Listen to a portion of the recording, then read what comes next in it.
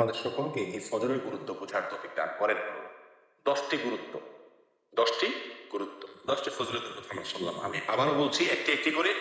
Number 1, ফজরের নামাজ মুনাফিকদের জন্য কঠিন হয়, ইমানদারদের জন্য সহজ হয়। অতএব ফজর নামাজে হাজির হতে পারা ইমানদারের পরিচয়। নাম্বার 2, ফজর নামাজে হাজির হলে তার জিম্মাদারি কে নেয়? আল্লাহ সুবহানাহু ওয়া তাআলা। ওই দিনের জন্য আল্লাহ জিম্মাদারি নিয়ে নেন। আল্লাহর নিরাপত্তার ভিতরে সে প্রবেশ করে যদি ফজর নামাজ আদায় করে। নাম্বার 3, ফেরেশতারা আল্লাহ সুবহানাহু ওয়া তাআলার কাছে গিয়ে ওই ব্যক্তির পক্ষে কি দেয়? সাক্ষ্য দেয় যে সে সালাত আদায় করছে, ভালো কাজ করছে। নাম্বার 4, যদি কেউ ফজর নামাজ জামাতের সাথে আদায় করে তো আল্লাহ সুবহানাহু ওয়া তাআলা তাকে সারা রাত দাঁড়িয়ে তাহাজ্জুদের নামাজ পড়ার সওয়াব, নফল নামাজ পড়ার সওয়াব দান করে।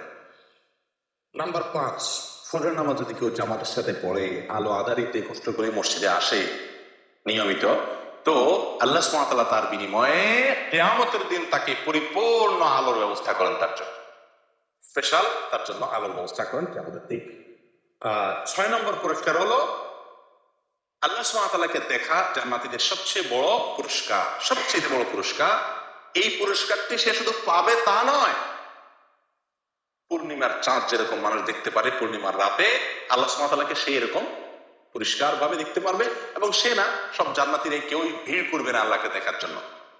দেখার জন্য একটা জিনিস দেখতে গেলে, অনেক লোক দেখতে গেলে ভিড় করে অনেক সময় দেখা লাগে না, আল্লাহ সুবহানাহু ওয়া তাআলাকে সেরকম ভিড় করে দেখতে হবে না। এক কথা, আল্লাহ সুবহানাহু ওয়া তাআলার সাথে সাক্ষাৎ নসিব হবে, দিদার নসিব হবে। কি করলে? ফজর নামাজ জামাতের সাথে আদায় করলে, নিয়মিত আদায় করলে। 7 নম্বর আমল ভাই, 7 নম্বর আমল হলো জাহান্নাম থেকে মুক্তির পরোয়ানা পাওয়া যাবে। কোত্থেকে? জাহান্নাম থেকে। ওই ব্যক্তি জাহান্নামে প্রবেশ করবে না যে ব্যক্তি আসর এবং ফজর নামাজের যত্ন করবে। নবী সাল্লাল্লাহু আলাইহি ওয়াসাল্লাম তাকে পরামর্শ দিয়েছেন আমাদেরকে, তোমরা যদি সম্ভব হয় চেষ্টা করো যেন আসর এবং ফজরের নামাজ কখনো না ছুটে তোমাদের। বুঝে আসছে কথা? তাহলে কি হবে? নবী সাল্লাল্লাহু আলাইহি ওয়াসাল্লাম বলেছেন জাহান্নামে প্রবেশ সে ব্যক্তি করবে না। 8 নম্বর আমল হলো সকালের সময়ের জন্য নবী সাল্লাল্লাহু আলাইহি ওয়াসাল্লাম কি করছেন? দোয়া করেছেন। কিসের দোয়া করছেন?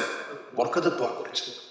তো এই ফজরের সময়টা, এই সময়টার জন্য নবী সাল্লাল্লাহু আলাইহি ওয়াসাল্লাম বরকতের দোয়া করছেন। কেউ যদি ফজরের নামাজ পড়ে, উঠে আল্লাহর ইবাদত করে, তাহলে সে নবী সাল্লাল্লাহু আলাইহি ওয়াসাল্লামের কেমন যেন সে কি হলো? বরকতের ভাগীদার হয়ে গেল। এই টাইমে যে কাজ করবে ওই কাজে তার বরকত হবে। 9 নম্বর হলো ভাই, ফজরের নামাজের 2 রাকাত ফরজ নামাজ আদায় করা দুনিয়া এবং দুনিয়ার মধ্যবর্তী সব কিছুর মালিক হওয়ার চাইতে বেস্ট এবং শ্রেষ্ঠ সম্পদশালী সে ব্যক্তি হয়ে গেল। 10 নম্বর হলো ফজর নামাজ যদি জামাতের সাথে আদায় করেন তাহলে মনটা প্রফুল্ল হয়ে যাবে, হাসি খুশি হয়ে যাবেন, নির্ভর হয়ে যাবে, পাতলা হয়ে যাবে, এবং এভাবে আপনার সারাটা দিন কাটবে। কয়টা ফজিলত গেল? 10টা। 11 নম্বর একটা সম্পূরক ফজিলতের কথা বলি, সেটাও দুনিয়াবি ফজিলত। সেটা হলো স্বাস্থ্যের দিক থেকে একজন মানুষ যদি ফজর নামাজে উঠে অনেক রোগ বালাই থেকে আল্লাহ তাআলা তাকে হেফাজত করে। যে ব্যক্তি সকালে ঘুমায় থাকে ওই ব্যক্তির চাইতে যে ব্যক্তি সকালে উঠে, ওই ব্যক্তির জন্য